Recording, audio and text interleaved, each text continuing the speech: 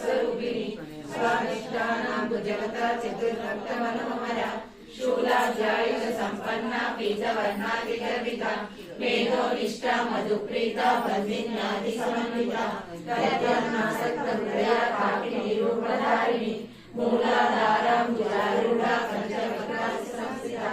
अंकुशादि प्रकरणा वरदानि सेविता